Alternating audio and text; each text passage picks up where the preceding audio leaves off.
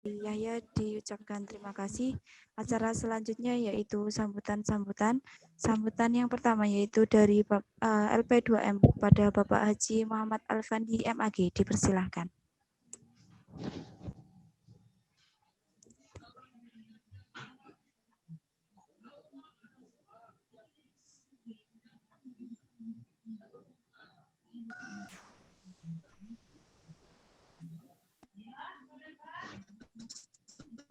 Assalamualaikum warahmatullahi wabarakatuh.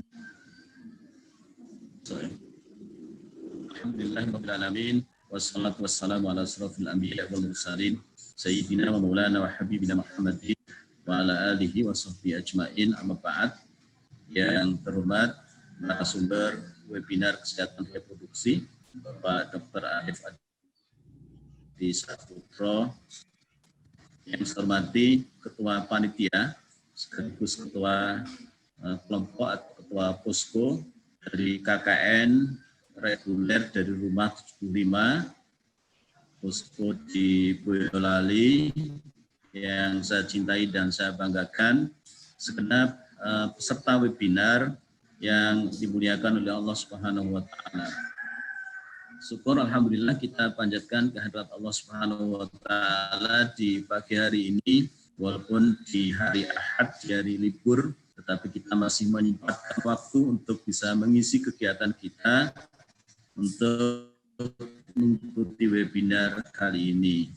Itu mudah-mudahan kegiatan kita kali ini benar-benar ada manfaatnya, diridhoi oleh Allah Subhanahu wa taala. Amin ya rabbal alamin.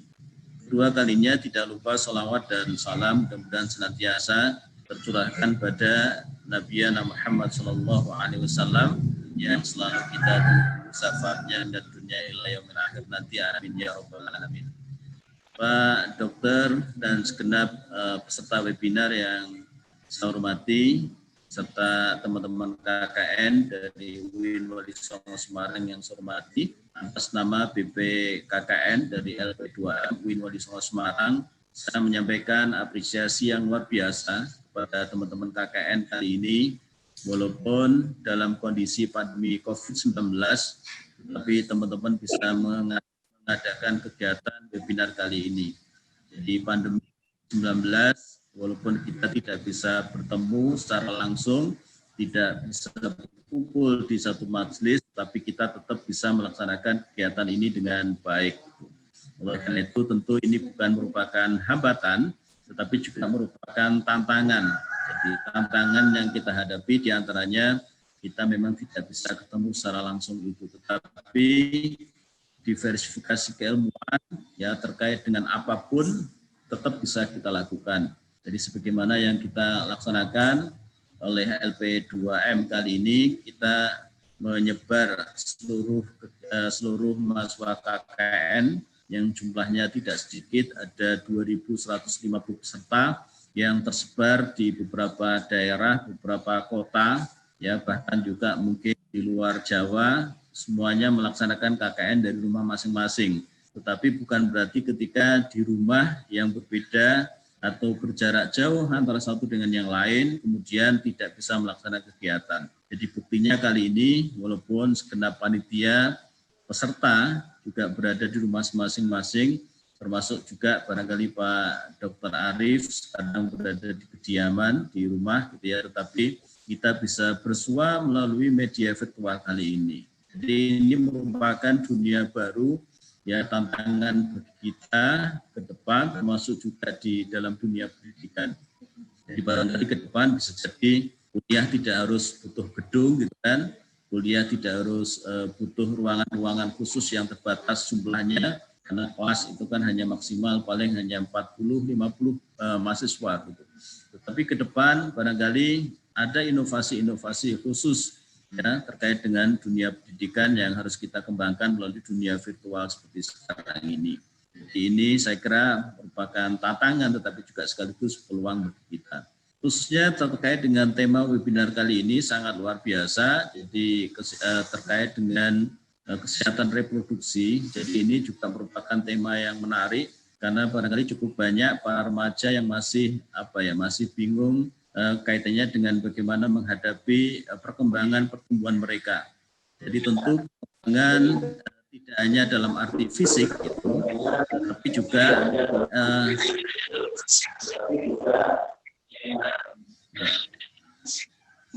mohon maaf audionya yang masih hidup Mbak Asna.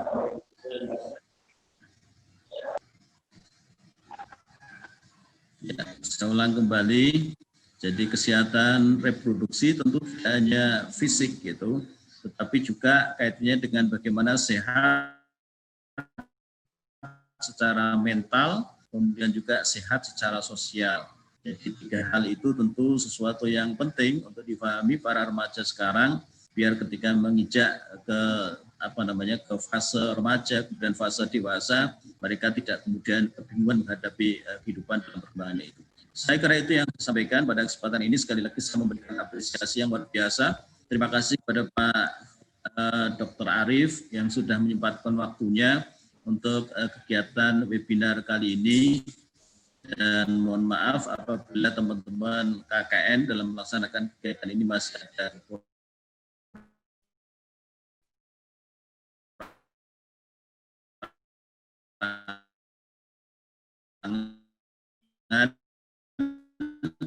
ya terkait juga barangkali dari webinar kesehatan reproduksi yang dilaksanakan oleh kelompok Posko KKN 130 ya dari rumah ke 75 di Kabupaten Boyolali. Ini kita buka dan kita mulai dengan membaca suratul Fatihah.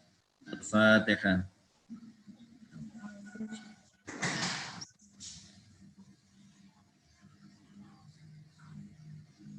Matur suwun, terima kasih. Semangat semuanya untuk teman-teman KKN.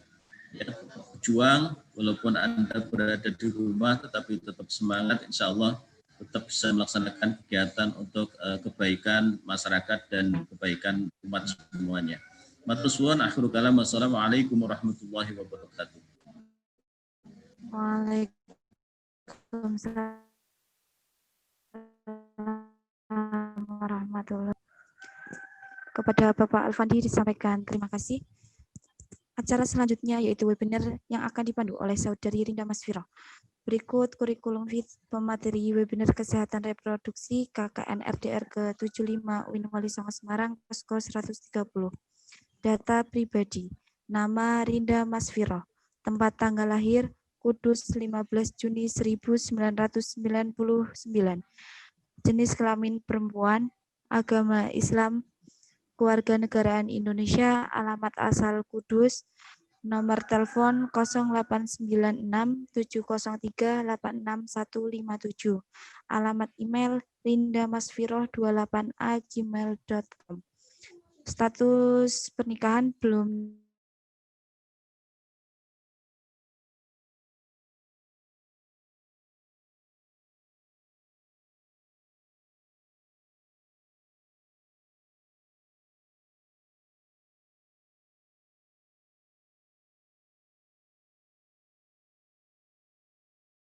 kerja saat ini yaitu sebagai mahasiswa ilmu tafsir dan Al-Quran Fakultas Usuluddin dan Humaniora UIN Wali Songo Semarang. Mohon izin kepada Mbak Rinda dipersilahkan.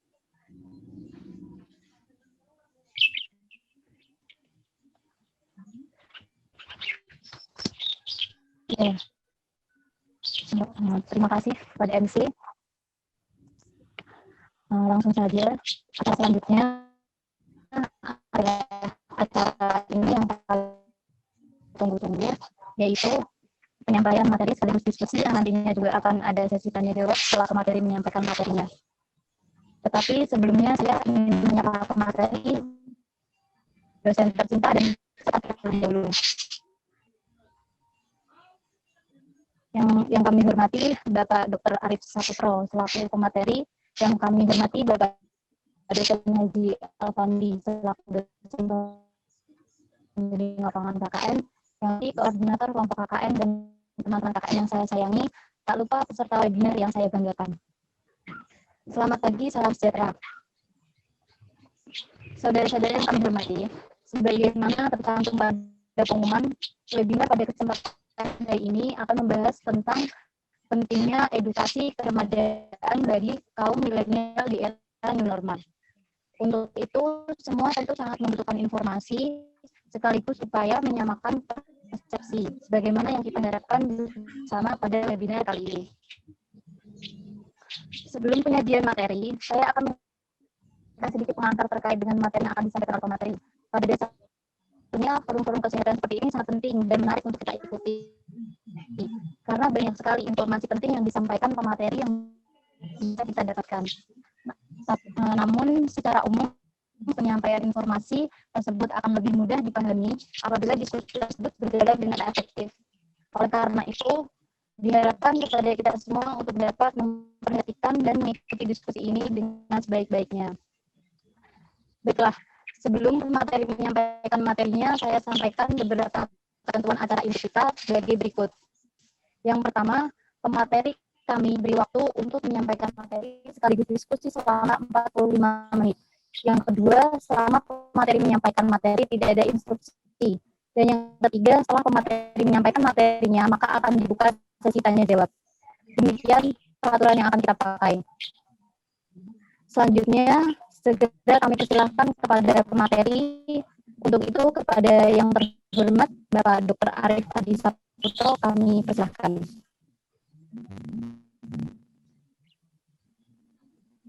Dengeran apa enggak ya? Halo, Assalamualaikum. Suaranya dapat didengar? Mbak, Bisa, moderator? Pak, bisa. Ya, bisa, Dok. Bisa. Oke. Bismillahirrahmanirrahim. Assalamualaikum warahmatullahi wabarakatuh. Share screen-nya ditampilkan ya? Waalaikumsalam warahmatullahi wabarakatuh. Oh, siap, Pak. Siap.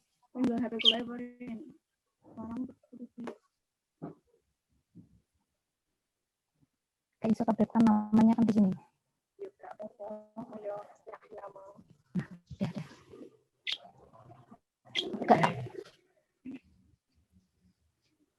Diperbesar.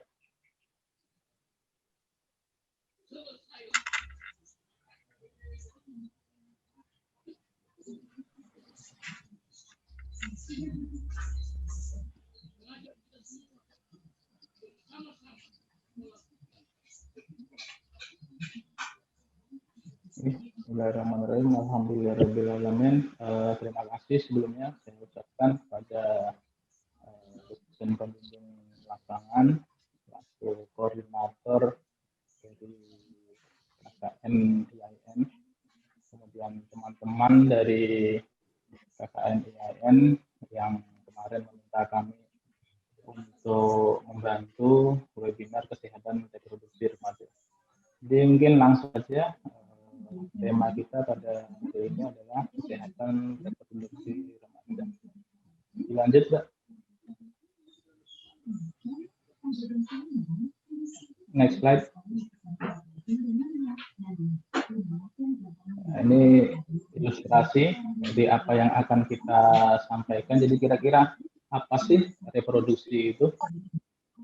Kita dilanjut. Di reproduksi ada dari dua kate dan lanjut, Mbak.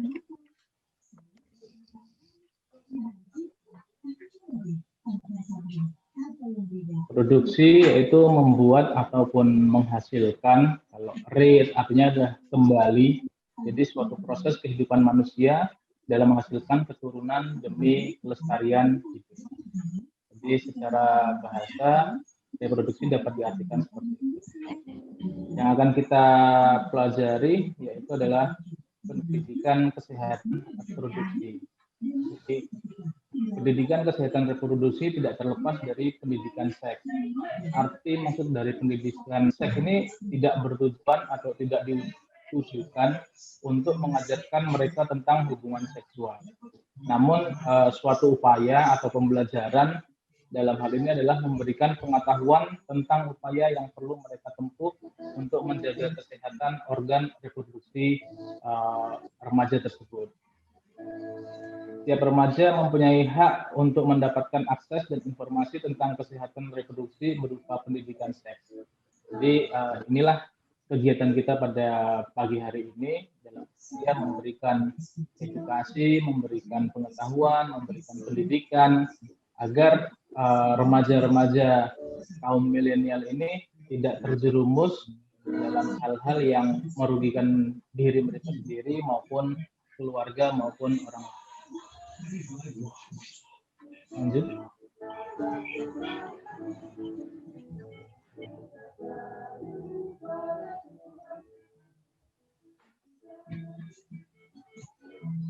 Lanjut.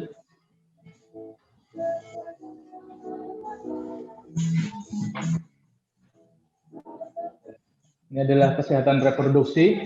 Secara definisi tadi sudah disampaikan. Sebelumnya enggak?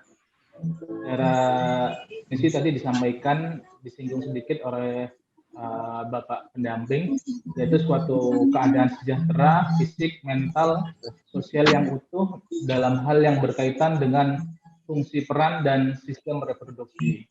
Nah, ini terpapar dalam konvensi internasional pendidikan dan sedangkan kesehatan reproduksi bagi remaja yaitu ada dua peran atau memiliki tujuan, yaitu memiliki informasi yang benar mengenai fungsi, peran, dan proses reproduksi. Sedangkan satunya lagi yaitu memiliki sikap serta tingkah laku yang bertanggung jawab mengenai proses reproduksi. Lanjut.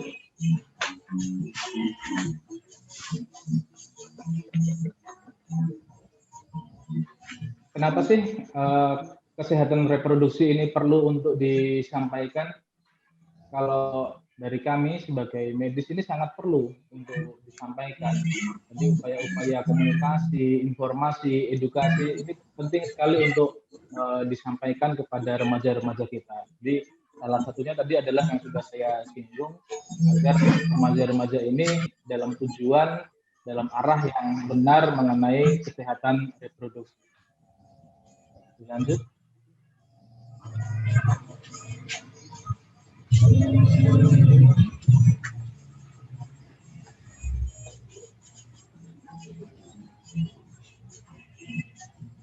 Dalam hal latar belakang disampaikan bahwa beberapa survei itu membuktikan bahwa kasus penyakit menular seksual itu banyak diderita oleh kelompok di bawah usia 25 tahun. Itu yang pertama. Alasan-alasan atau latar belakang kenapa harus dilakukan upaya-upaya pencegahan. Yang kedua, remaja sangat berisiko terhadap infeksi menular seksual, yaitu contohnya adalah HIV maupun AIDS. Kemudian setiap 5 menit remaja di bawah 25 tahun rentan sekali terinfeksi HIV. Dan lebih dari 500 juta sekitar umur 10 sampai 14 tahun yang ada di negara berkembang rata-rata pernah melakukan hubungan seksual suami istri di bawah usia 15 tahun. Ini akan sangat membahayakan khususnya bagi para remaja putri karena kehamilan-kehamilan pada usia remaja itu akan meningkatkan resiko terhadap kehamilan. Lanjut.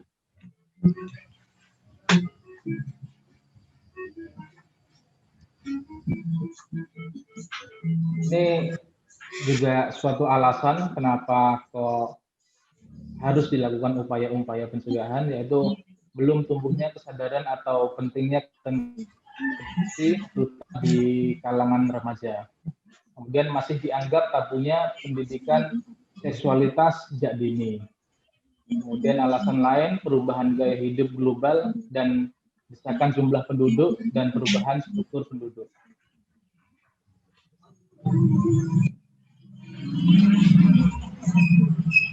Lanjut.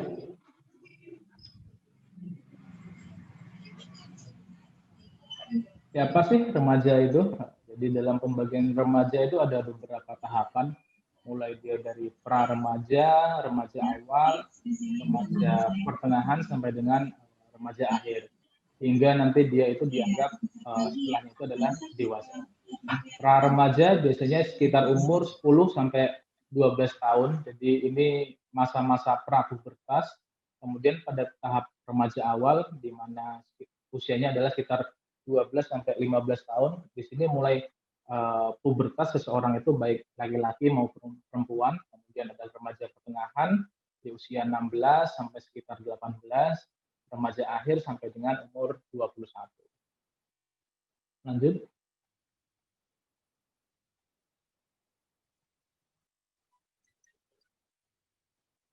Kita perlu memahami juga sebelum mengenal tentang reproduksi remaja, kita harus mengenal atau anatomi daripada organ seksualitas baik laki-laki maupun perempuan.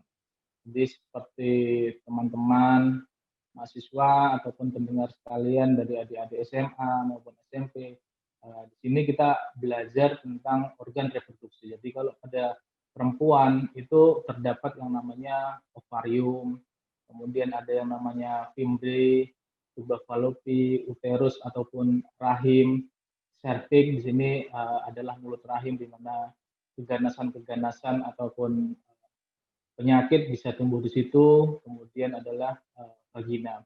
Jadi fungsi-fungsi organ reproduksi diwakili oleh organ-organ ini. Jadi tempat terjadinya fertilisasi itu adalah yang seperti ini. Ovarium sendiri fungsinya setiap bulan dia akan mengeluarkan sel-sel ovum yang mana bila dia tidak dibuahi maka akan timbul menstruasi. Tapi apabila dibuahi atau bertemunya sel sperma dan sel ovum, maka di situ akan terjadi pembuahan. Artinya terjadi pembuahan akan menghasilkan keturunan baru. Lanjut. Nah, ini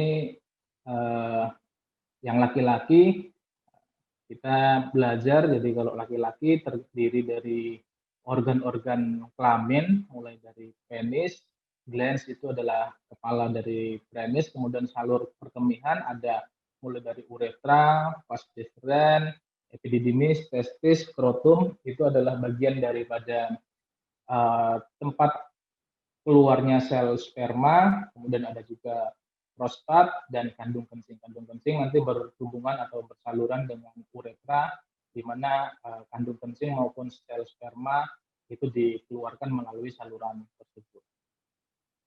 Lanjut.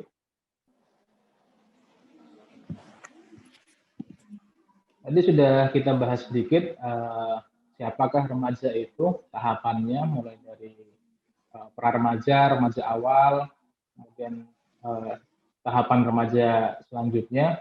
Di sini kita juga akan melihat tahapan daripada pubertas. Pada perempuan biasanya itu lebih awal untuk mengalami pubertas, biasanya di sekitar umur 11 sampai dengan 12 tahun. Sedangkan untuk laki-laki dimulai ada yang lebih dini juga, sekitar 12 tahun, tapi bisa juga terjadi rata-rata 13-14 tahun sampai dengan sekitar di 17 tahun. Tahapan ini kalau perempuan disebut dengan menarche, artinya dia pertama kali mengalami menstruasi. Lanjut. Kenapa sih kok bisa terjadi perubahan pada seksualitas tersebut? Artinya mengalami masa-masa pubertas, nanti di masa pubertas itu mengalami perubahan-perubahan fisik, kemudian perubahan suara, dan sebagainya. Dalam kesehatan dijelaskan bahwasanya hal tersebut sangat dipengaruhi oleh hormon. Jadi nanti ada beberapa hormon yang mempengaruhi baik itu laki-laki maupun perempuan. Lanjut. Kalau laki-laki sangat dipengaruhi oleh hormon testosteron namanya. Itu dihasilkan pada testis yang disebut dengan testosteron. Hormon ini sangat mempengaruhi hormon kelaki-lakian pada seorang laki-laki pastinya seperti itu. Dia nanti akan menghasilkan kematangan daripada sel-sel sperma. Sedangkan untuk perempuan sangat dipengaruhi oleh hormon yang disebut dengan estrogen dan progesteron. Dua hormon ini pada perempuan nanti dia akan bergantian pada setiap bulannya untuk menghasilkan sel-sel ovum dan peluruhan daripada sel-sel ovum. Maksudnya peluruhan di sini ketika sel ovum itu tidak dibuahi, maka dia akan luruh yang disebut dengan menstruasi. Hormon estrogen juga sebenarnya pada perempuan juga berpengaruh banyak ya. Jadi pada tulang itu juga bisa, pada berat badan itu juga bisa. Jadi kadang-kadang pemakaian hormon estrogen untuk mencegah kehamilan bisa saja berpengaruh pada berat badan. Jadi ketika kita mendengar suatu pil KB ataupun suntik KB itu juga kadang-kadang berpengaruh. Lanjut. Baik, ini adalah perubahan fisik seseorang yang sudah mengalami masa pubertas pada saat remaja. Jadi ketika seseorang itu berubah ataupun mengalami masa pubertas, tadi saya sampaikan terjadi beberapa perubahan fisik.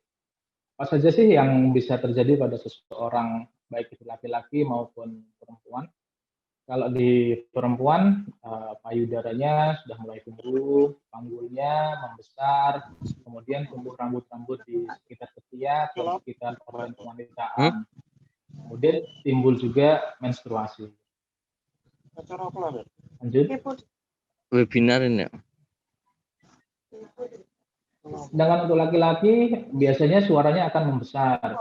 Kemudian timbul rambut di sekitar, sama seperti perempuan tadi, ketiak, kemudian di atas bibir yaitu kumis, kemudian di bawah bibir janggut, kemudian di sekitar organ kemaluan. Ditandai biasanya kalau laki-laki adalah mimpi basah, jadi keluarnya sel mani atau sperma pada saat dia tidur seperti itu. Lanjut.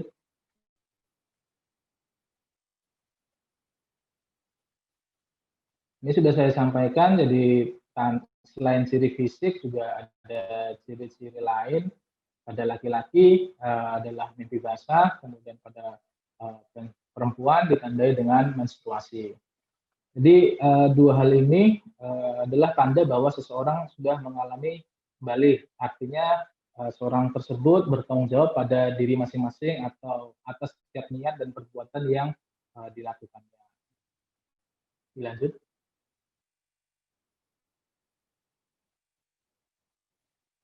Kemudian kita tadi sudah disampaikan untuk laki-laki, ini sama, keluarnya cairan sperma pada saat tidur. Lanjut.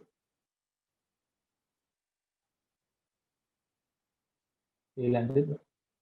Nah, ini bagaimana sih proses terjadinya mimpi basah itu sendiri? Jadi testis itu akan memproduksi sel sperma setiap hari. Nah, jadi seperti sebuah penampungan, nah, di situ akan ditampung di dalam testis tersebut. Pada saat penuh itu akan terjadi ejakulasi. Ini dibagi dua, jadi secara sadar maupun yang ataupun disengaja ataupun secara tidak sadar gitu. Jadi ketika tampungan itu penuh secara tidak sadar maka akan keluar melalui mimpi basah. Ejakulasinya melalui mimpi basah. Sedangkan yang secara sadar ataupun disengaja disebutkan adalah secara masturbasi. Lanjut.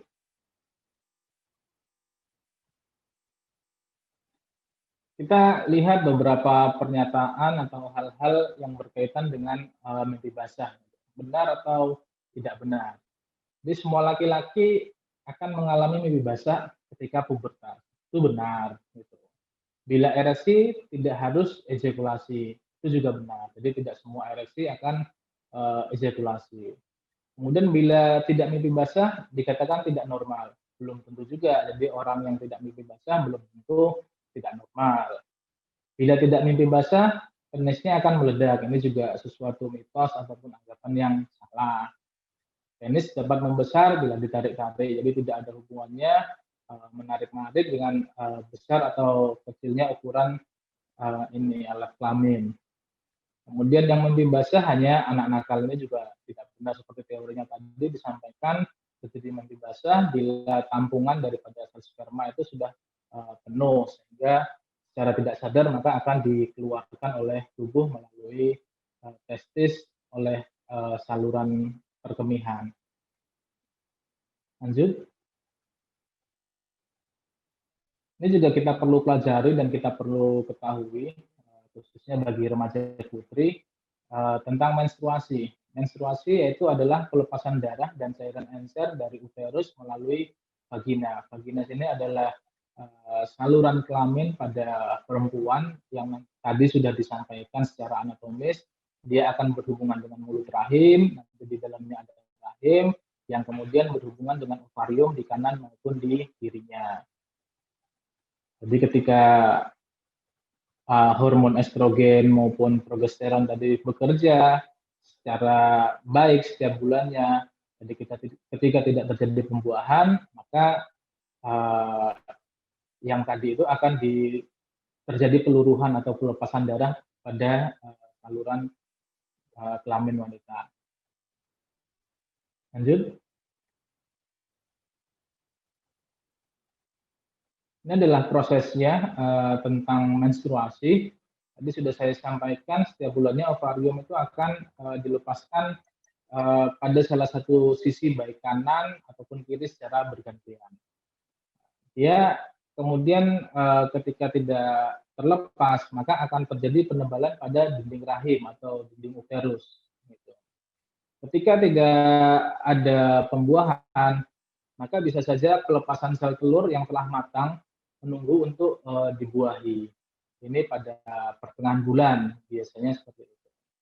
Bila tidak dibuahi, maka dinding rahim dan sel telur akan luruh. Luruh itu artinya ya lepas dari ikatan dinding rahim, kemudian akan keluar melalui vagina tadi. Dilanjut.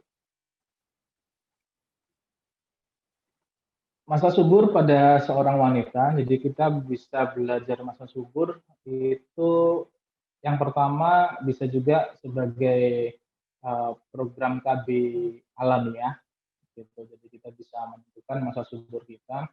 Pembuahan biasanya terjadi pada saat masa subur. Artinya ketika terjadi hubungan suami istri pada masa subur ini biasanya dengan kehendak Allah maka akan terjadi pembuahan yang akan mengakibatkan kehamilan. Tapi biasanya kalau di luar masa subur belum tentu terjadi kehamilan. Namun hal tersebut juga tidak menjamin artinya seorang itu dapat hamil ataupun tidak hamil. Artinya kita belajar ini dalam dunia medis banyak digunakan ketika menentukan untuk masa reproduksi dalam hal tadi. Biasanya seperti itu.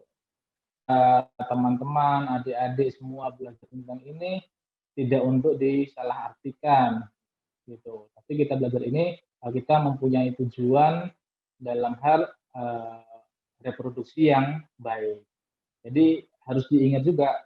Jadi suatu kehamilan itu memang ada teorinya, tapi bagi adik-adik remaja jangan pernah untuk mencoba. Artinya dengan mengetahui hal ini tadi disebutkan tidak dianjurkan atau tidak disarankan untuk melakukan hubungan seksualitas pada saat remaja. Tapi dengan belajar ini ya kita bisa dipakai manakala nanti sudah suami istri, bisa salah satunya digunakan ketika KB alamiah menggunakan teori tersebut. Jadi secara teorinya adalah masa yang diperkirakan akan terjadinya ovulasi atau keluarnya sel telur sehingga wanita tersebut H+3. Umur sel sperma juga biasanya hanya sekitar 72 jam. Sedangkan umur sel telur hanya sekitar 24 jam. Jadi sel sperma tersebut yang dilepaskan kemudian mencapai di daerah ovarium, nah itu dia bila bertemu maka akan terjadi pembuahan. Jadi waktunya lebih kurangnya adalah 14 hari plus minus 3, jadi sekitar 6 hari. Lanjut.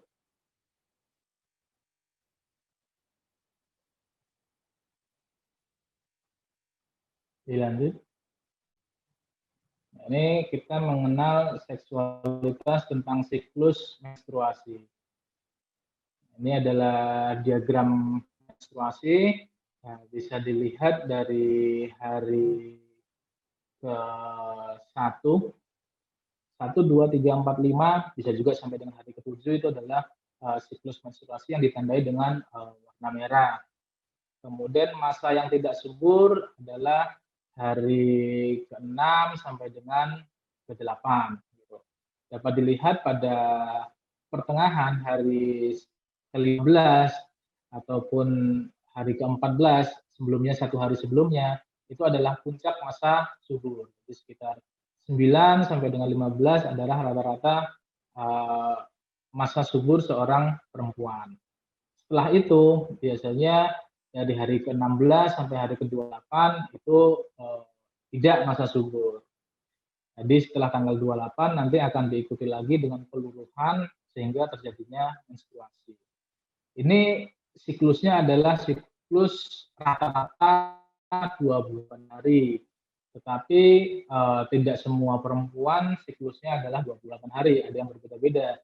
Ada yang 30, ada yang 32, bahkan ada yang 35 seperti itu. Seperti yang saya sampaikan tadi, oleh karena berbeda siklus menstruasinya tersebut, jadi tidak bisa disamakan. Jadi setiap perempuan itu mengetahui biasanya dengan mencatat setiap bulannya. Nah, di situ nanti akan didapatkan siklus rata-rata. Jadi kalau misalnya tidak tahu siklusnya, artinya jangan coba-coba untuk yang saya sampaikan tadi. Jadi kita pengetahuan mengenal sistem kesehatan reproduksi, malah untuk menjaga-jaga jangan sampai kita terjerumus dalam hal yang terlarang. Karena sekali terlarang, kita tidak tahu siklusnya seperti apa, ya akibatnya adalah ya, suatu kehamilan. Sedangkan suatu kehamilan pada remaja itu sangat rawan dalam hal sisi kesehatan. Lanjut. Nah, ini kita pernyataan-pernyataan tentang menstruasi. Anggapan-anggapan yang salah. Jadi yang haid adalah perempuan kotor, itu tidak benar. Selama haid tidak boleh cuci rambut. Kalau di sini adalah juga tidak benar. Jika haid jangan berolahraga, itu tidak, pernyataan yang juga tidak benar. Jika haid jangan makan asam, itu juga tidak ada hubungannya. Lanjut.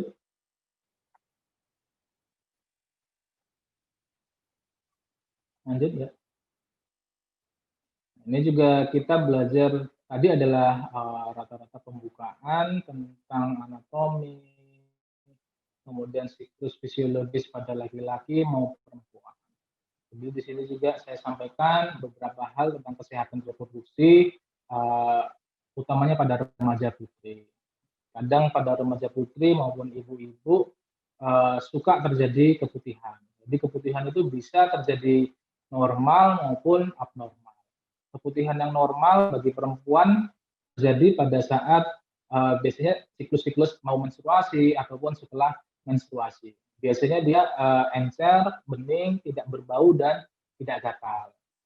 Nanti juga akan dibedakan keputihan yang abnormal. Kadang-kadang dia agak kental, berbau kekuningan, agak terasa baunya tidak enak. Kadang-kadang di luar siklus menstruasi itu adalah keputihan yang tidak normal. Keputihan yang normal juga bisa dirangsang oleh sesuatu, misalnya kelelahan, stres, ataupun kondisi-kondisi yang lain. Lanjut.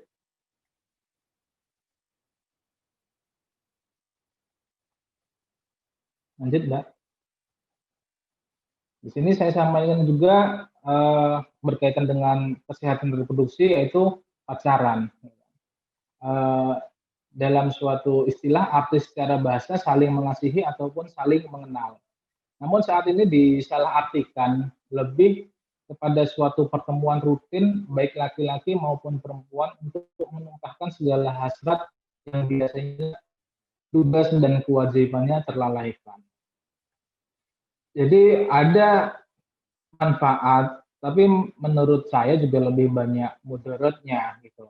Ketika seorang laki-laki dan perempuan yang tidak ada hubungan mahramnya sering bertemu, malah akhirnya menumpahkan keluh kesahnya, bahkan bisa juga hasratnya, ketika tidak memahami konsep-konsep kesehatan reproduksi, maka dia akan terabaikan dalam hal ini dia lupa. Kalau lupa maka juga menghasilkan kondisi-kondisi yang tidak baik untuk dirinya gitu.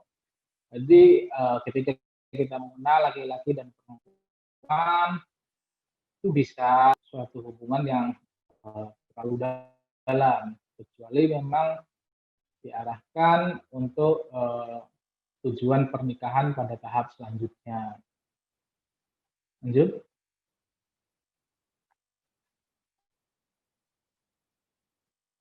Lanjut.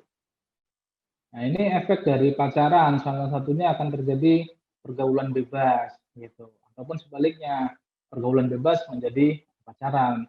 Jadi dapat terjadi, ini salah satu contoh dari KPAI, pesta bikini, jadi pergaulan bebas, tadi arahnya bisa terjadi seks bebas. Pada remaja putri itu rata-rata memang remaja putri yang akan mengalami dampaknya, mulai dari mengandung, kemudian kesehatan reproduksi yang bermasalah. Jadi jangan mau kalau dibohongin atau dipermainkan oleh laki-laki. Jadi bukan berarti laki-laki itu seperti itu semua, tapi dengan kita belajar kesehatan reproduksi, maka juga kita bisa saling mengenal, mengasihi perempuan, tidak untuk dipermainkan seperti itu. Apalagi dari teman-teman IAIN yang banyak mengenal ilmu agama ya, jadi baiknya lebih mendalami tentang agama, jadi pencegahan itu akan lebih baik. Lanjut. Jadi ada beberapa alasan seks pranikah. Ini dalam survei ditampilkan ada perkembangan dari tahun 2007, di tahun 2012 ada perbedaan pada umur. Jadi kalau kebanyakan kalau untuk di tahun 12 pelakunya adalah perempuan seperti itu. Jadi memang perempuan ya mungkin dia adalah korban juga dari seseorang yang tidak bertanggung jawab. Alasan-alasan yang ditampilkan adalah rasa penasaran atau rasa ingin tahu. Kemudian yang kedua adalah terjadi begitu saja. Kemudian adalah yang ketiga dipaksa oleh pasangan. Jadi alasan-alasan ini yang menjadi dasar ataupun survei kita juga harus tahu. Intinya kita adalah mencegah, belajar, dan belajar. Kalau kita semakin banyak tahu, semakin banyak belajar, efek terjadinya apa, kita tidak akan mudah dibohongi, mudah disalahartikan atau gimana. Balik lagi adalah kalau menurut saya pelajaran tentang agama, takut akan Tuhan, percaya akan Tuhan itu akan menjadi benteng kita yang utama untuk melindungi diri kita. Lanjut. Kita akan bahas mengenai dampak seks pranikah. Beberapa dampak pasti ini akan terjadi gitu. Ujung-ujungnya memang banyaknya adalah terjadi pada remaja putri, tapi bisa juga beberapa hal terjadi pada remaja putra. Dalam hal ini adalah penyalahgunaan mungkin akibat penyakit yang lain.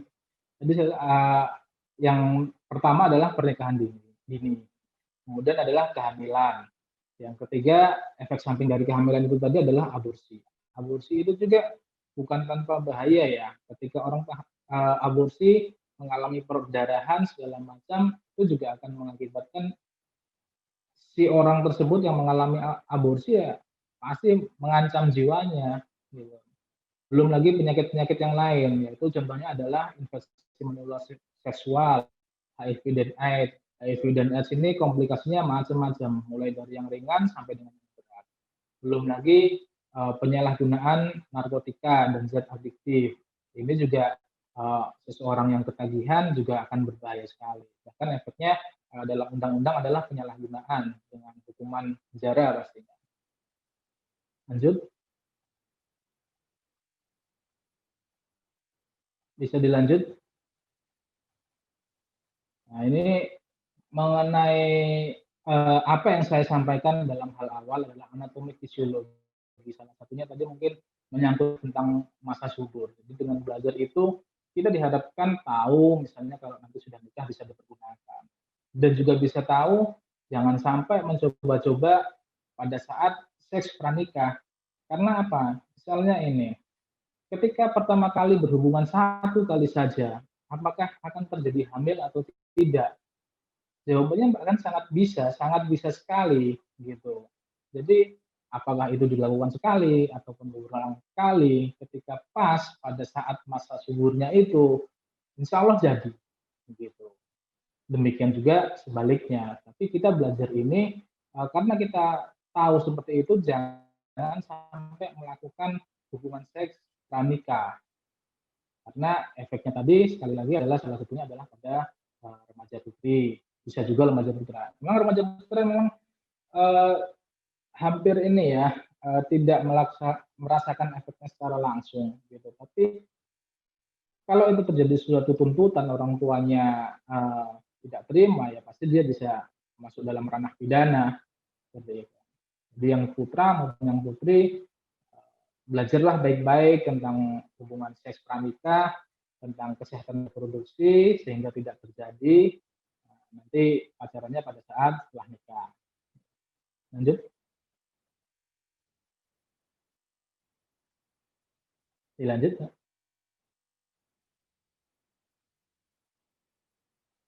Dilanjut. Nah ini pernikahan dini ataupun cinta terlarang. Jadi ada beberapa resiko. Yang pertama adalah resiko kematian bayi. Jadi kita juga harus mempertanggungjawabkan pastinya ya resiko kematian. Sebelum kehamilan remaja. Resiko kematian bayi, kemudian dalam keluarga berpenghasilan rendah. Nah, ini juga menimbulkan masalah ekonomi selanjutnya. Kemudian angka pernikahan di bawah umur pedesaan bisa juga terjadi peningkatan. Lagi-lagi yang terakhir adalah anak perempuan yang menikah sebelum 18 tahun, resiko pendidikannya juga akan lebih rendah. 6 kali lebih berisiko putus sekolah.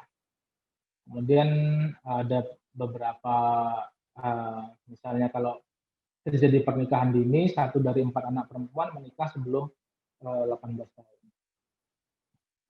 Kehamilan remaja terjadi pada wanita usia antara 14 sampai dengan 19 tahun. Hal-hal yang dapat terjadi biasanya angka kematian bayi. Selain angka kematian bayi, ya bisa juga angka kematian ibu seperti itu. Kemudian resiko-resiko penyakit terjadinya hubungan seksual di awal itu juga bisa mengakibatkan penyakit-penyakit di kemudian hari. Saya sebutkan pada anatomi tadi, pada mulut rahim bisa terjadi CA-cervix, kanker cervix. Lanjut.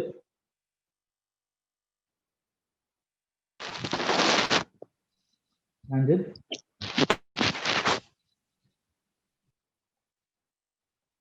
Beberapa resiko yang dapat terjadi pada hamil pada saat usia muda.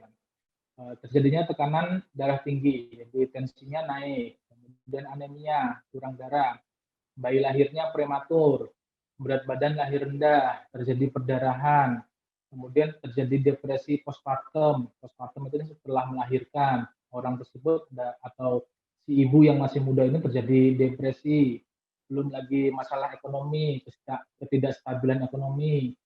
Yang terakhir juga bisa saja terjadi penyakit kelamin. Lanjut.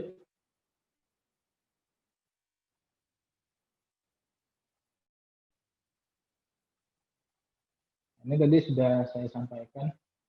Jadi hamil di usia remaja dilarang karena pastinya resikonya tinggi, bisa saja tidak dikendaki, terjadi aborsi atau keguguran yang tidak aman, fisik, mental, emosional si ibu itu belum siap, anaknya mungkin akan terlantar, kemudian sering menjadi penyulit pada kehamilan, terjadi kesakitan, kematian, berat badan lahir rendah, risiko kanker cervix. Lanjut, Mbak. Lanjut, masih next itu, satu lagi. Slide selanjutnya. Nah, ini kasus aborsi remaja, pasti juga akan diikuti tadi dengan pernikahan dini tadi. Kita belajar apa sih aborsi itu? Aborsi adalah suatu upaya atau suatu hal mengakhiri kehamilan. menyetop kehamilan gitu, baik itu oleh karena suatu indikasi penyakit tertentu maupun karena suatu paksaan. Tadi kan sudah saya sampaikan, satu kali saja orang yang berhubungan suami istri itu sangat bisa menghasilkan keturunan baru. Gitu. Jadi jangan coba-coba buat anak kalau memang belum bisa. Sebenarnya bisa itu adalah secara legal formalnya adalah sebagai suami istri yang sah, baik itu secara agama maupun secara hukum. Gitu.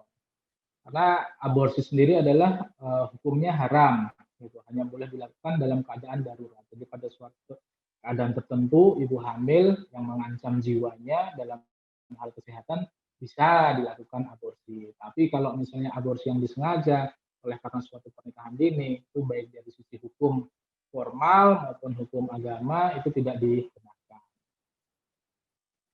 Kemudian aborsi-aborsi yang tidak steril, tidak bersih, itu juga bisa menyebabkan infeksi. Itu juga lagi-lagi remaja putri yang dirugikan. Lanjut.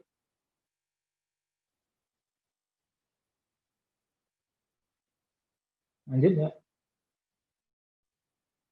Nah, ini kanker mulut rahim, ini juga efek terjadinya bila mana terjadi hubungan seksual pada usia yang muda di kemudian hari, maka sel-sel yang ada di mulut rahim itu bisa saja terjadi kanker serviks. Anatominya bisa dilihat sendiri ya. Jadi kanker serviks itu adalah atau serviks adalah mulut rahim, bagian terujung daripada rahim sebelum memasuki. Lanjut.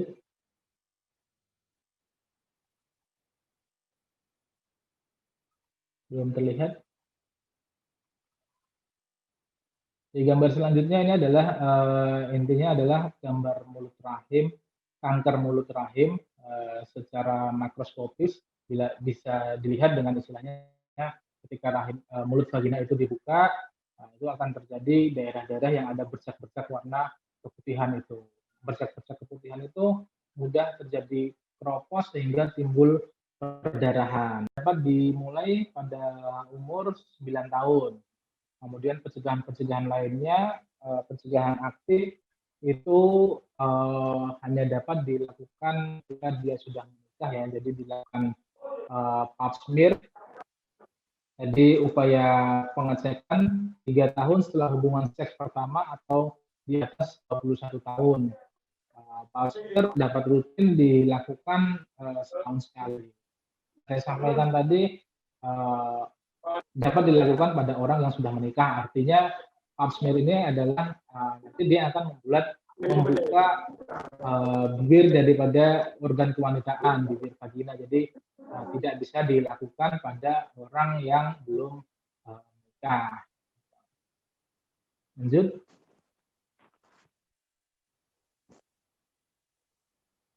Lanjut, Mbak. Seksual ini adalah salah satu gejalanya. Hal yang utama terjadinya penyakit menular seksual bisa saja disebabkan oleh HIV maupun HIV/AIDS. AIDS sendiri adalah suatu sindrom atau suatu kumpulan gejala. Jadi kalau disingkat, AIDS adalah Acquired Immune Deficiency Syndrome. Jadi sesuatu kekebalan tubuh yang didapat dengan oleh karena menurunnya antibodi seseorang. Jadi dia akan menimbulkan beberapa kumpulan penyakit.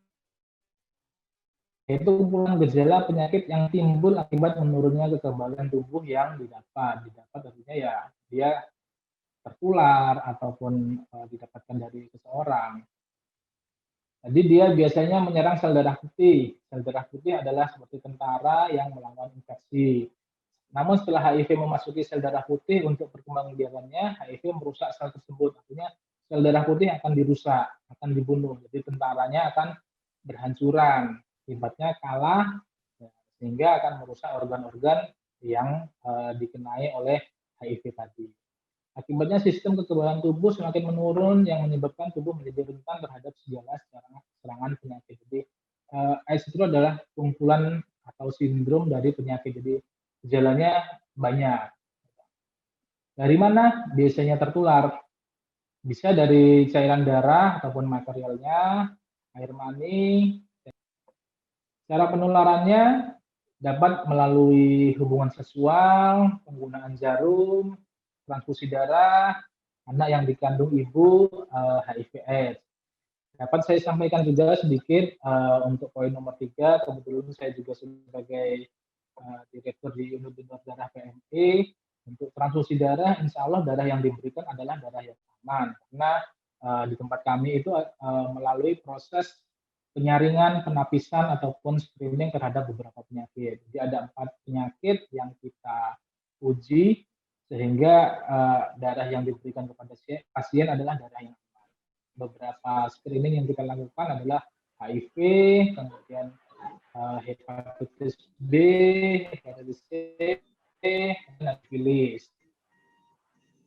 Kemudian yang saya sampaikan pada poin nomor 4 untuk penularan, lagi-lagi adalah remaja putri, ibu muda yang akan mendapatkan kerugiannya.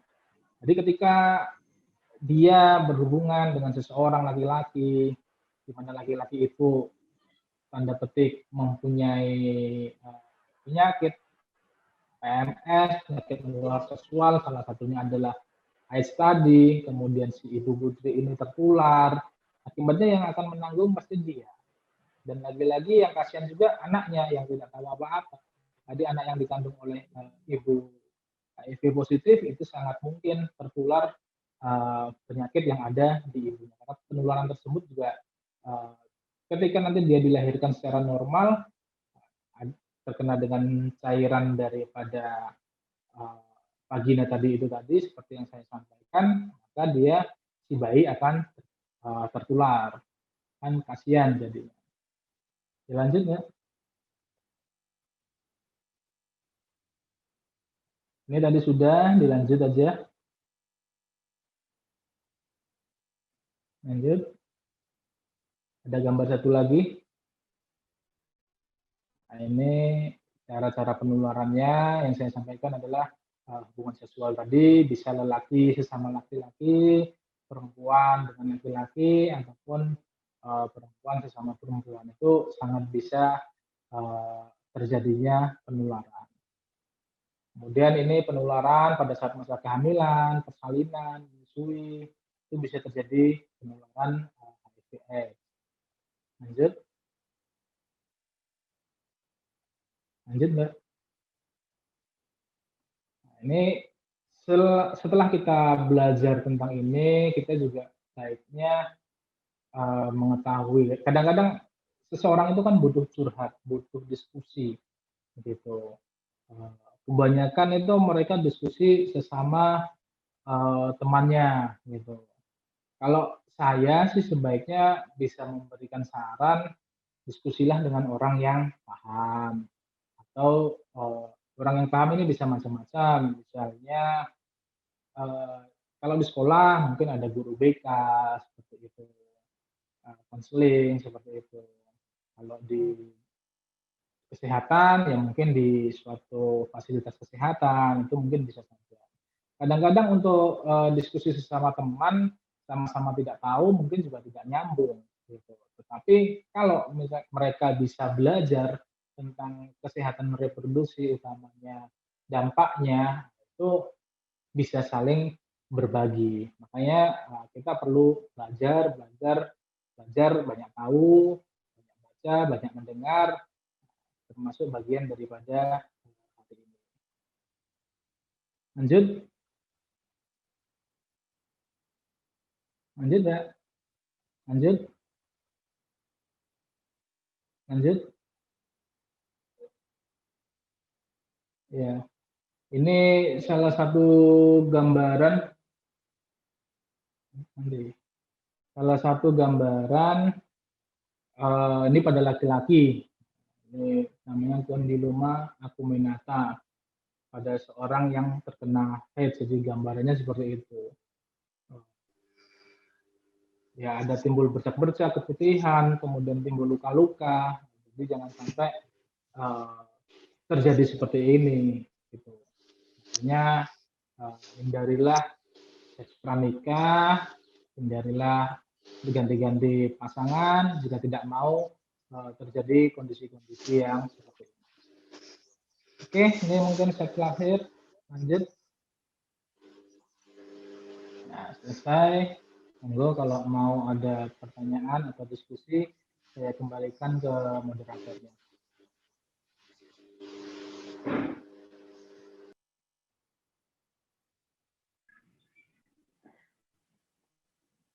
Iya, terima kasih atas materi yang disampaikan Bapak Adi Saputro. Hadirin yang kami hormati, demikianlah materi telah dibawakan oleh Bapak Dr. Arif Adi Saputro pada materi tentang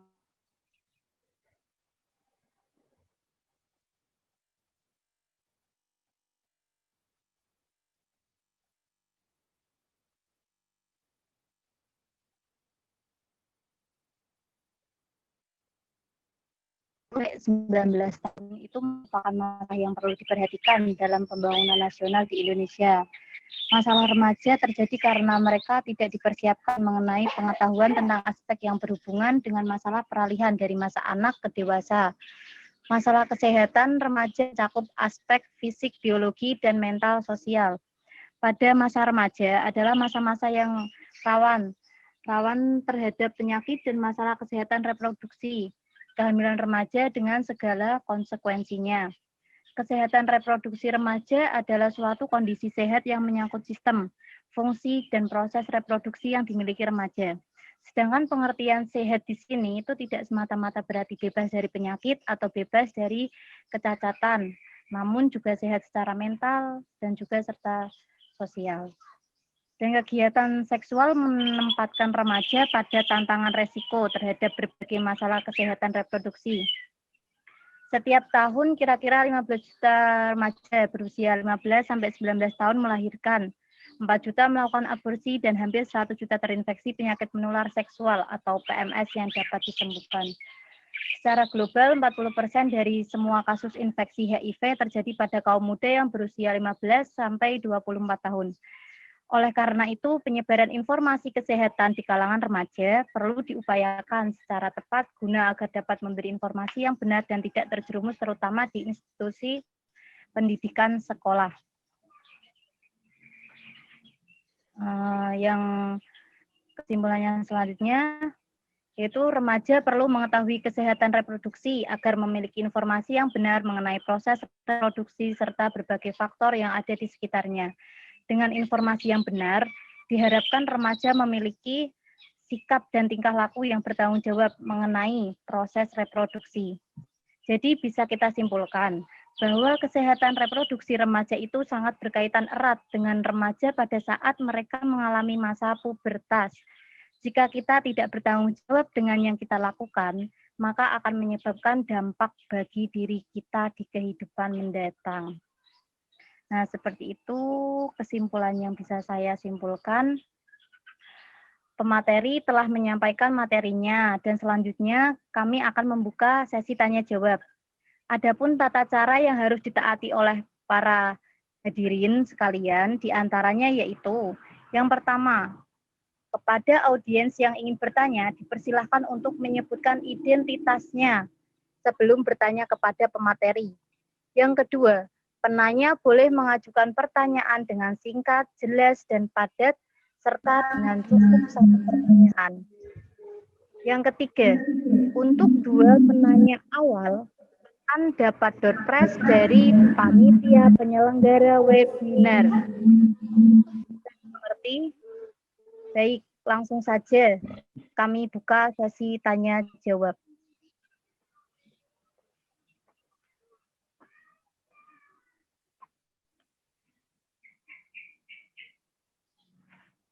Itu ada di chatnya itu pertanyaan.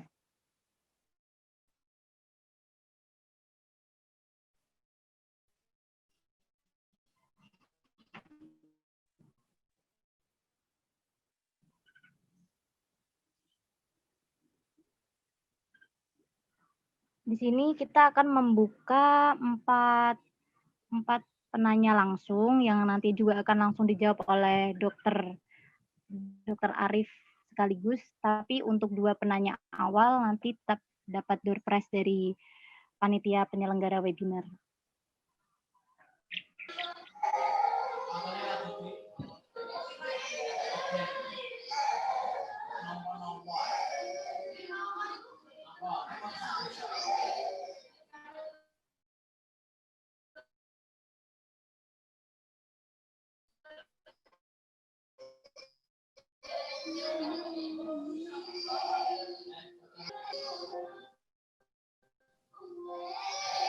Ini di chat ada 3 pertanyaan, Mbak. Artinya kalau saya baca. Iya.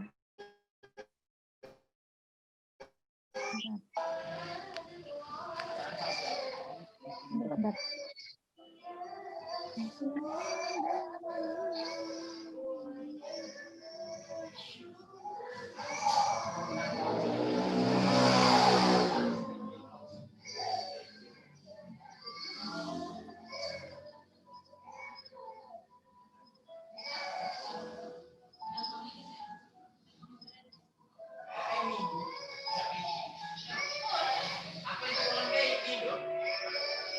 Saya bacakan yang pertama, itu dari Nurmailina. Mohon izin bertanya kepada Dr. Arif Adi Saputro. Seberapa sering wanita itu harus melakukan periksaan pap smear?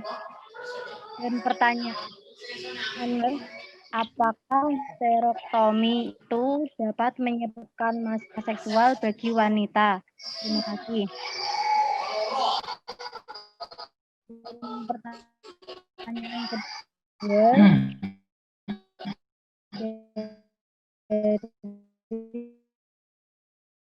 dari Amber Widya bertanya kepada Dr. Arif Hindari oleh wanita yang mengalami keputihan abnormal. Terima kasih. Pertanyaan yang ketiga dari Lailatul Muasih dari PAI UIN Walisongo Semarang. Izin bertanya, kapankah usia yang tepat untuk menjelaskan proses reproduksi kepada anak? Bagaimana menjelaskannya? Nah, itu 3 pertanyaan, Dok, yang bisa dijawab. Langsung saya jawab ya. Pertanyaan pertama tadi dari Mbak Nurmelina. Di sini saya juga membaca daripada pertanyaan tersebut. Yang pertama mengenai pap smear.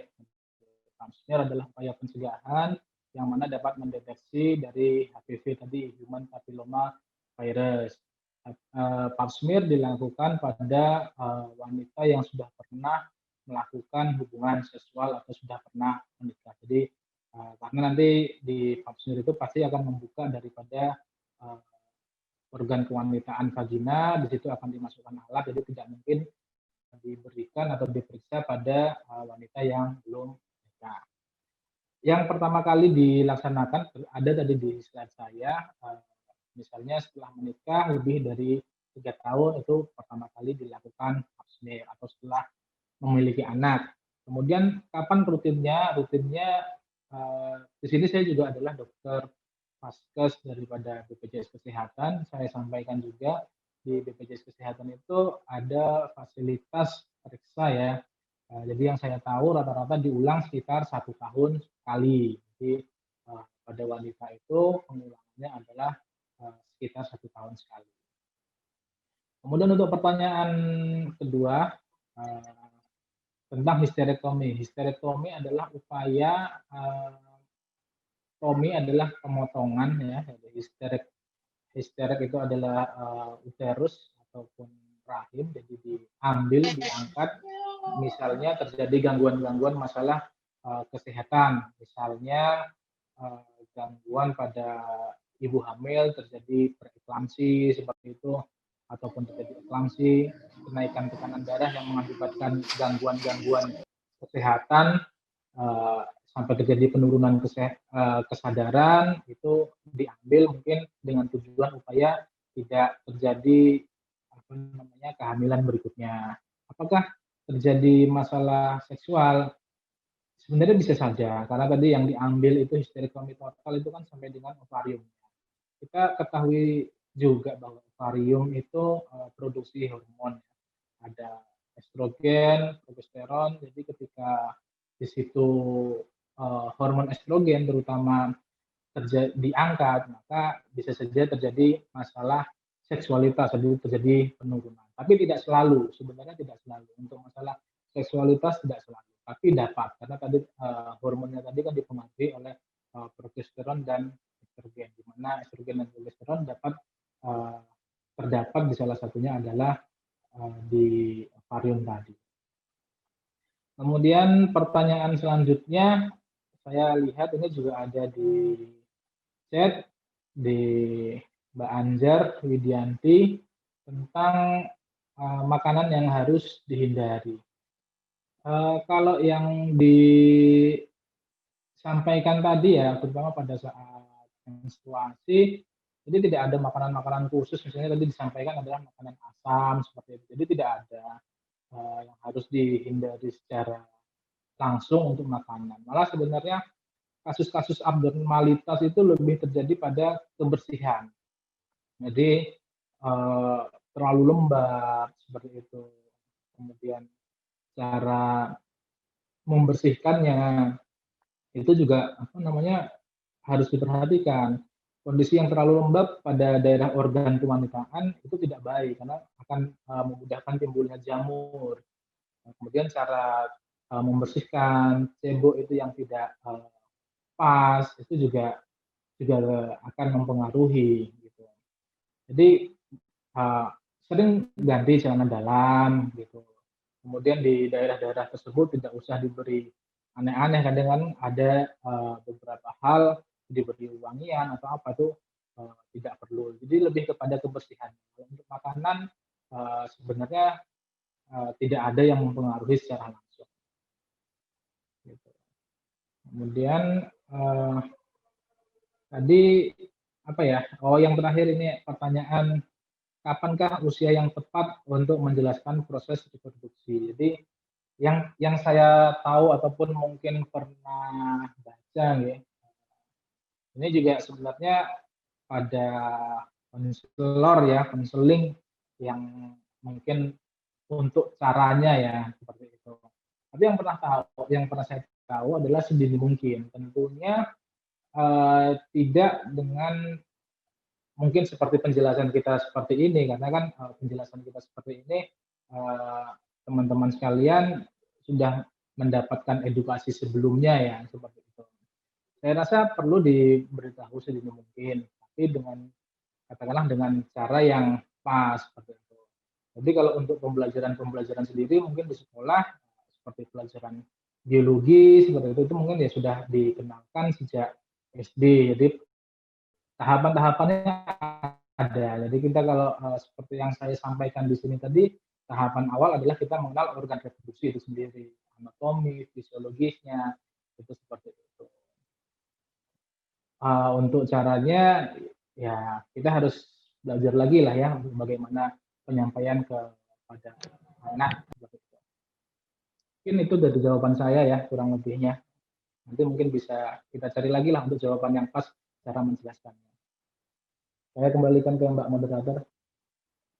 Terus ada pertanyaan itu tadi sebenarnya di paling atas ya Mbak Evita belum disampaikan.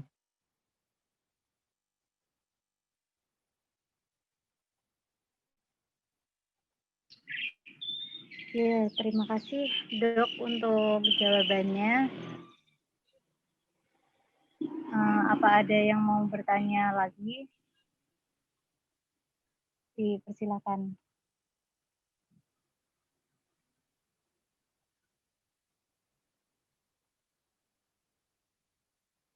Saya mungkin menanggapi sedikit di sini ada chat di tempat saya, ada dari Mbak Evita Nur. Jadi mungkin sama ya pertanyaannya.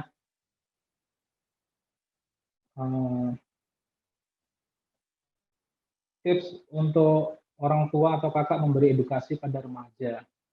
Kalau saya sih ya belajar, artinya apa yang jenengan akan sampaikan, jenengan perlu tahu, gitu. Jadi kadang-kadang kalau misalnya dianggap tabu seperti itu, dianggap tabu ya harus disampaikan dalam artian sebagai suatu upaya pembelajaran. Kalau orangnya yang memberitahu tidak belajar atau tidak lebih tahu daripada yang diberitahu, ya sama saja, gitu. Jadi termasuk seperti ini kita bertukar informasi bagi teman-teman mahasiswa ataupun ibu-ibu muda, orang tua muda, bapak-bapak muda yang nantinya bukan akan mempunyai anak. Jadi ya kita harus tahu dulu apa yang harus kita sampaikan. Jadi pada tatap muka mungkin webinar seperti ini adalah bagian dari kita untuk belajar. Tugasnya teman-teman juga nanti untuk memberikan penjelasan. Gitu. Jadi sebenarnya forum-forum seperti ini tapi memang harus ada tingkatannya ya dalam artian ini diberikan pada tahapan seperti ini diberikan pada tahapan yang lebih lanjut seperti itu. Tapi intinya harus kita sampaikan dalam upaya untuk pembelajaran, dalam upaya untuk pencegahan. Itu untuk tanggapan saya dari pertanyaan dari Mbak Evita. Itu ya. Saya kembalikan ke moderator ya.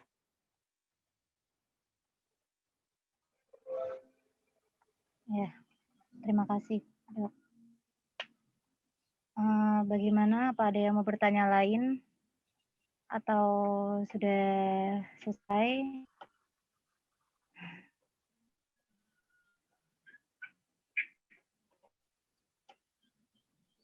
Bentar, ada 2 chat.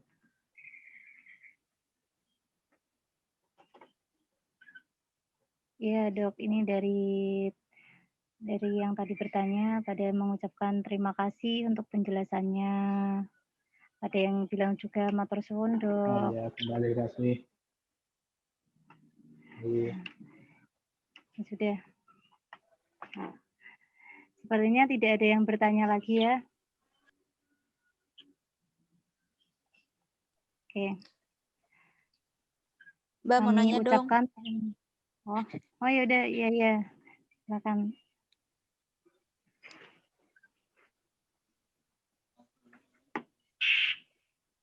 Oke, selamat pagi dok. Saya Vivatus, saya mau nanya. Cewek itu kan problemnya itu seringkali kalau mens itu telat dari jadwal gitu. Nah itu sebab-sebabnya kira-kira apa ya? Padahal makannya udah teratur, olahraga juga, tapi masih aja telat gitu. Kira-kira sebabnya kenapa gitu?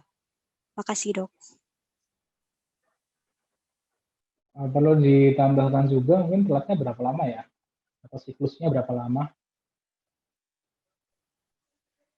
Kalau Mungkin dihitung. pengalaman saya sendiri itu maksimum saya pernah sampai lebih dari 1 bulan. 1 bulan. Usia saya sekarang 21. Ya. Jadi memang seorang perempuan itu harus bisa mengenali siklus menstruasinya sendiri-sendiri ya, seperti yang saya sampaikan tadi. Kalau dibilang rata-rata, tadi saya sampaikan adalah 28 hari. Gitu. Tapi kalau dibuat range itu batasan rata-rata normal adalah 21 sampai dengan 35 hari. Jadi kurang lebihnya maju mundurnya kadang seperti itu. Jadi kadang-kadang telat seminggu itu sebenarnya juga nggak masalah gitu.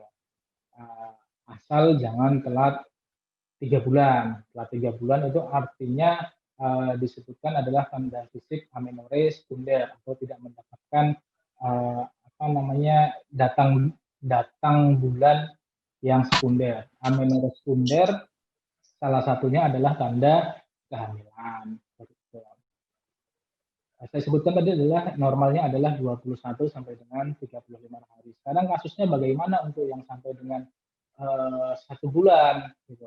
Jadi kita perlu belajar lagi bahwasanya siklus menstruasi pada seorang itu satu sangat dipengaruhi oleh hormon, ya dong, baik itu progesteron maupun estrogen, gitu.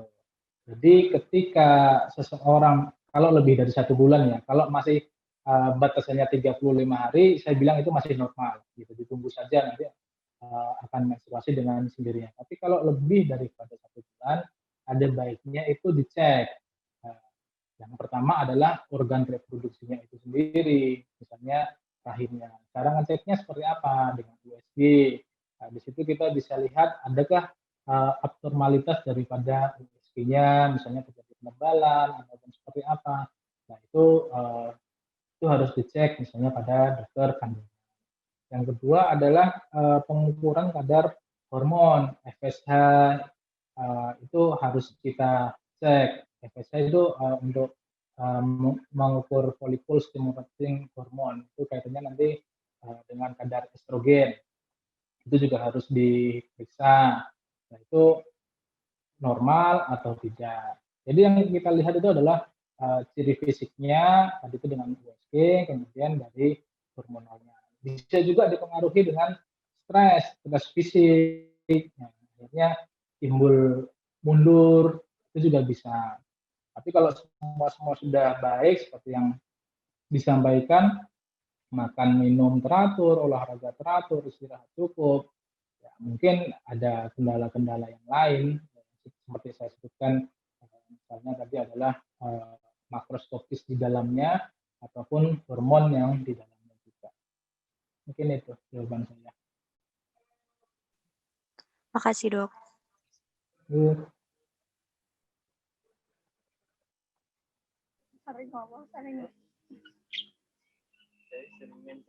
Dok, saya mau tanya.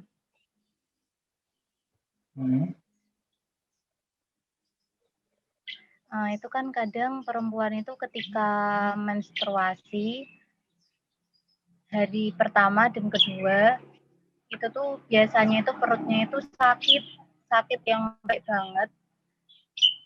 Dan kata orang-orang itu kan kalau yang haidnya sakit itu kan kadang itu penyakit. Nah, itu penyakit. Nah, yang mau saya tanyakan, cara membedakan itu sakit memang wajarnya haid apa sakit karena ada penyakit itu bagaimana ya, Dok? Terima kasih. Ya. Nyeri head pada seorang perempuan itu istilah medisnya adalah dysmenorrhea. Dysmenorrhea itu terjadi karena apa? Dysmenorrhea itu terjadi karena kontraksi otot polos dari uterus, kontraksi otot polos daripada uterus ataupun rahim. Tujuannya kontraksi itu apa? Ya tadi itu, jika tidak terjadi pembuahan, maka dia akan diluruhkan atau akan dikeluarkan seperti itu. Sebenarnya kalau dari tanda ataupun gejala ya tidak ada dikatakan bahwa kalau seseorang mengalami dysmenorrhea itu mengalami suatu penyakit yang lain ataupun tidak mengalami suatu penyakit yang lain gitu. Jadi sebenarnya tidak ada hubungannya dysmenorrhea dengan tanda ataupun gejala suatu penyakit yang lain. Kalau dihubung-hubungkan ya bisa saja ada. Jadi baiknya bagaimana untuk mengetahui ada tidaknya suatu penyakit yang lain.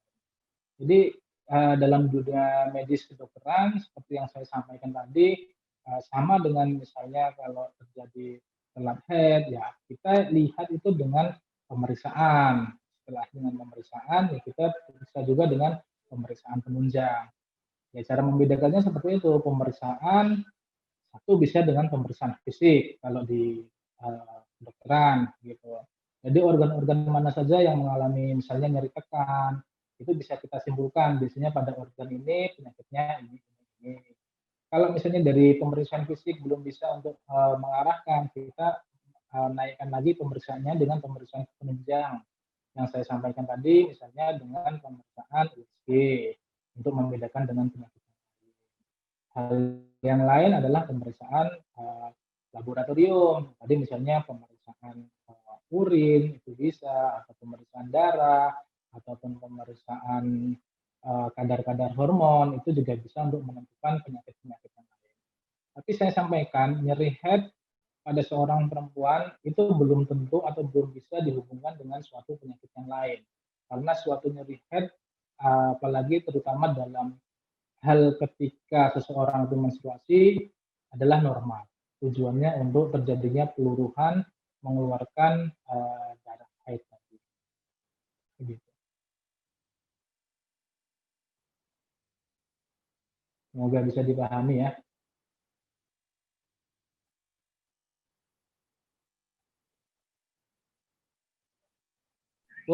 Ya, terima kembalikan kasih. ke moderator. Iya. Untuk peserta, apa ada yang mau bertanya lagi? Mbak, saya mau bertanya, masih bisa, Mbak? Yaudah, satu kali lagi ya. Oke, terima kasih untuk moderator. Teruntuk Dr. Arif, saya izin bertanya. Jadi pertanyaannya gini, Dok. Kalau semisalnya saya itu mengalami siklus menstruasinya tidak teratur ya, Dok, untuk belakangan 2 tahun ini. Jadi kayak selama 3 bulan itu saya tidak terjadi menstruasi. Nah, terus saya sudah cek ke dokter, bahkan juga udah USG gitu, Dok. Tapi di rahimnya tuh katanya baik-baik aja. Cuma belum berkelanjutan lagi untuk cek di bagian yang nanti katanya di bagian kepala. Terus setiap saya tidak haid dan saya ke dokter, pasti saya dapat bantuan obat. Dan setiap saya minum obat itu pasti dapat mempermudah saya untuk menstruasi, Dok. Itu disebabkannya karena apa ya, Dok ya? Terima kasih.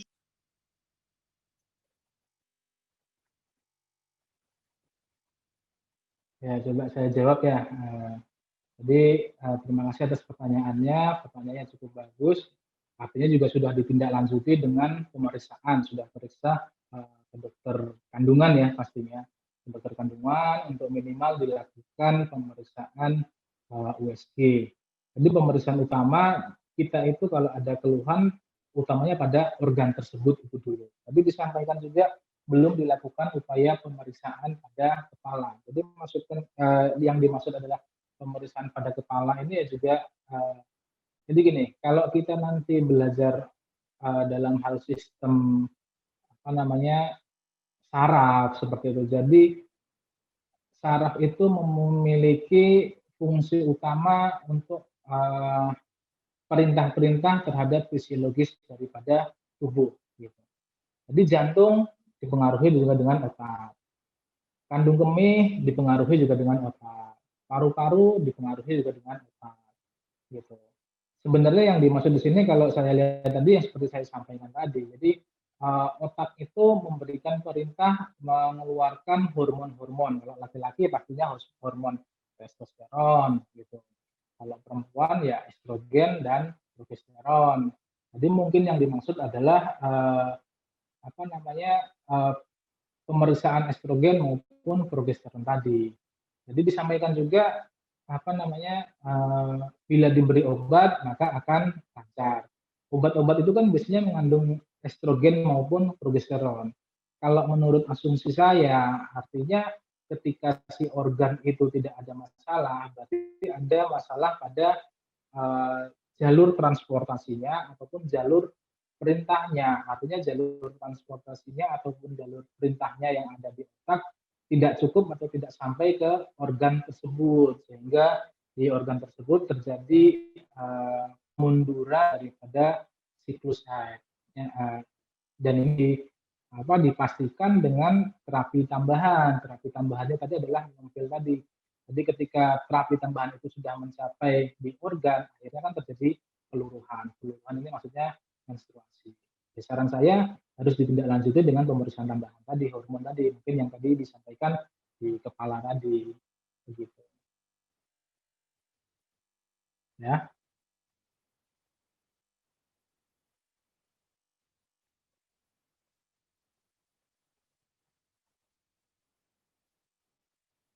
Saya kembalikan.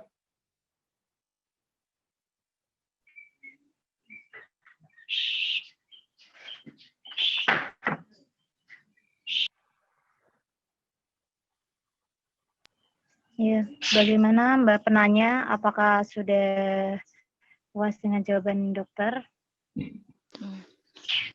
Oke, mungkin sedikit lagi ya dok, ini kalau misalkan seperti ini, apakah nanti ada terindikasi untuk dalam mempunyai keturunan gitu dok? Iya atau enggak dok? Maksudnya kayak susah punya anak, soalnya banyak banget kayak masyarakat tuh yang bilang, nanti kamu bakalan punya anaknya sulit kayak gitu. Ya seperti itu dok. Jadi gini, tadi kan saya sampaikan juga untuk masa subur ya. Masa subur itu kan dipengaruhi dengan hormon tadi. H-14 sebelum terjadinya menstruasi yang akan datang. Gitu. Ketika hormon estrogen itu sudah pada masa katakanlah puncaknya, gitu kan, itu dia terjadi masa kesuburan.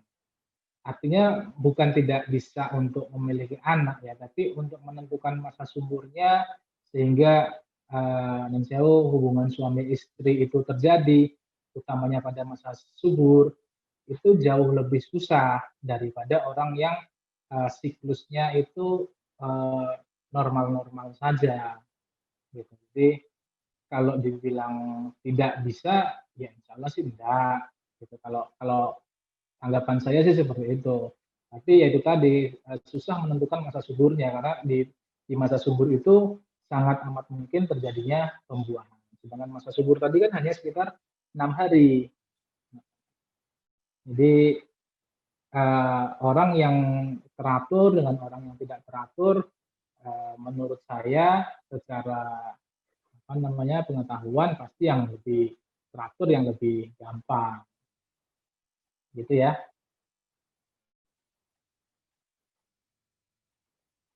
Saya kembalikan lagi ke Mbak Moderator. Oke dok, terima kasih dok atas penjelasannya dan juga Mbak Moderator. Ya, sama-sama. Ya, saya tutup acara sesi tanya jawabnya ya. Oke. Hadirin sekalian, demikianlah acara diskusi pada webinar yang membahas tentang pentingnya edukasi keremajaan bagi kaum milenial di era new normal. Kami mengucapkan terima kasih kepada pemateri yang telah memberikan banyak informasi kepada kita semua. Dan juga kami mengucapkan terima kasih banyak kepada para audiens partisipasinya dalam kegiatan diskusi kali ini. Acara dalam diskusi kali ini telah dilewati. Akhirnya, saya Rinda Masviro selaku moderator mohon undur diri. Semoga kita bisa bertemu kembali dalam diskusi-diskusi berikutnya di lain kesempatan. Terima kasih. Selamat pagi dan salam sejahtera. Saya kembalikan lagi ke MC.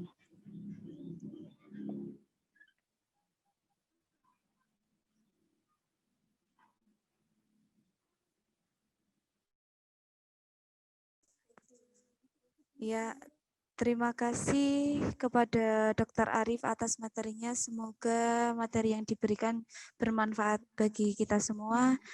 Dan tak lupa untuk Mbak Rinda Masviro, terima kasih sudah membantu acara pada pagi hari ini dengan lancar.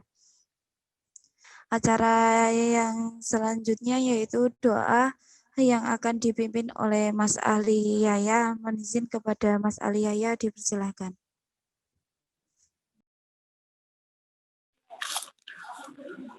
Bismillahirrahmanirrahim. Assalamualaikum warahmatullahi wabarakatuh. Sebelum saya pimpin berdoa, marilah kita membaca istighfar 3 kali. Astaghfirullahaladzim. Astaghfirullahaladzim. Astaghfirullahaladzim. Innallaha ghafurur rahim. A'udzu billahi minasyaitonir rajim. Bismillahirrahmanirrahim. Alhamdulillahirabbil alamin. Hamdasy syakirin, hamdan na'imin. حمدا يوافي نعمه ويكافئ مزيدا يا ربنا لك الحمد كما ينبغي لجلال وجهك الكريم وعظيم سلطانك اللهم صل على سيدنا محمد وعلى آل سيدنا محمد اللهم إنا أعوذ بك من الهم والجز والحن وأعوذ بك من العزم والكسل ربنا وافرغ علينا صبرا وثبت أقدامنا ربنا آتنا في الدنيا حسنة وفي الآخرة حسنة وقنا عذاب النار وقنا عذاب النار وقنا عذاب النار سبحانك ربك رب العزة عما يصفون وسلام على المرسلين والحمد لله رب العالمين الفاتحة أعوذ بالله من الشيطان الرجيم بسم الله الرحمن الرحيم الحمد لله رب العالمين الرحمن الرحيم مالك يوم الدين إياك نعبد وإياك نستعين اهدنا الصراط المستقيم صراط الذين أنعمت عليهم غير المغضوب عليهم ولا الضالين رب اغفر لي ولوالدي وللمؤمنين آمين والسلام عليكم ورحمة الله وبركاته. Waalaikumsalam warahmatullahi wabarakatuh. Kepada Mas Ali Yahya disampaikan terima kasih. Sebelum acara pada pagi hari ini kami tutup, terlebih dahulunya kita foto bersama. Mohon izin kepada Mas Operator, Mas Adib bisa memimpin untuk foto bersamanya.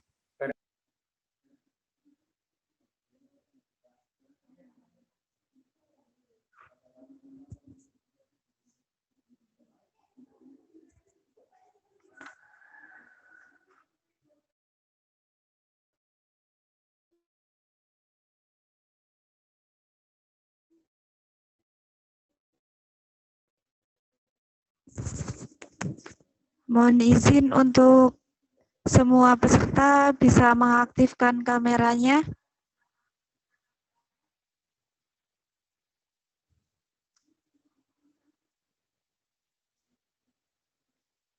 Tunggu ya Mbak.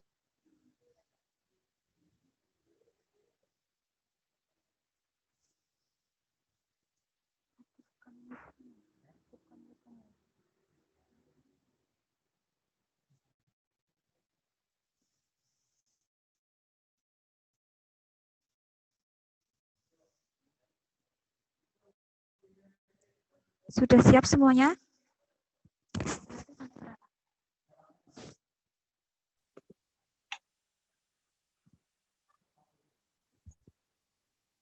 Dimulai dari slide 1 ya, persiapan.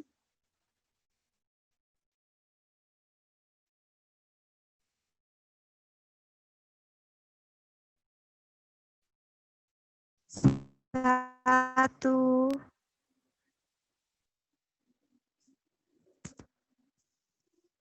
Sudah? Dilanjutkan slide kedua. 1, 2,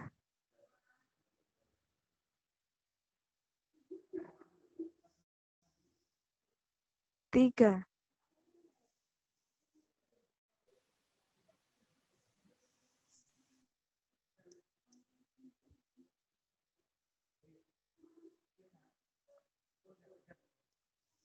Terima kasih kepada semua peserta webinar pada siang hari ini. Saya umumkan bagi pemenang door prize yang nantinya berhak menerima hadiah. Yang pertama yaitu Mbak Melina, Nur Melina.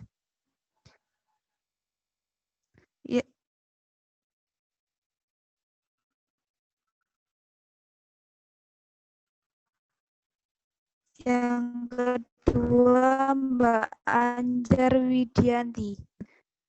Demikian acara webinar pada pagi hari ini mengenai pentingnya edukasi keremajaan bagi kaum milenial di era new normal. Kurang lebihnya dari saya mohon maaf. Billahi taufiq wal hidayah. Wassalamualaikum warahmatullahi wabarakatuh.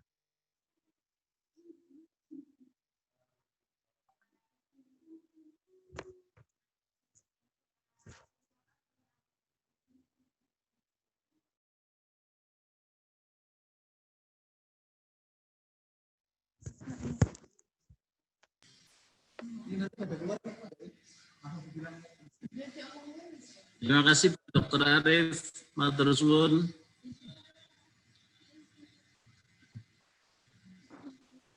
Sami-sami Pak, matur nuwun. Assalamualaikum.